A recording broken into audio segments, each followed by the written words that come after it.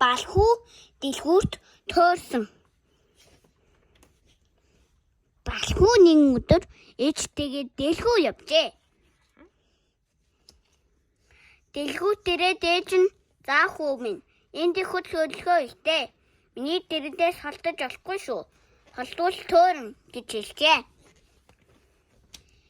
Дэлгүүрт ороод ээж нь "Тамглаач байснаа ч их үнэтэй байх шүү" гэв. Ээжигээ увцсуудж яхад он балхуу ирдээлээгүй дэрдээс нь холдчихлаа. Балхуу тоглоомын тасагт очино тоглож эхэлвэ. Яг түрээд ээж нь балхуугийн дэрд байхгүй ганцаач "Балхуу, балхуу" гэж сандран дуудав.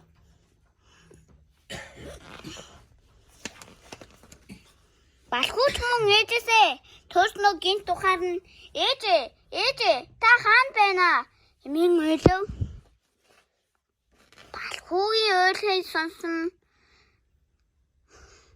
дэлгүүрийн хамгаалагч дэрэгдэн ирээд "Юу асан бэ бяцхан мамрууч минь" гэж асуулаа.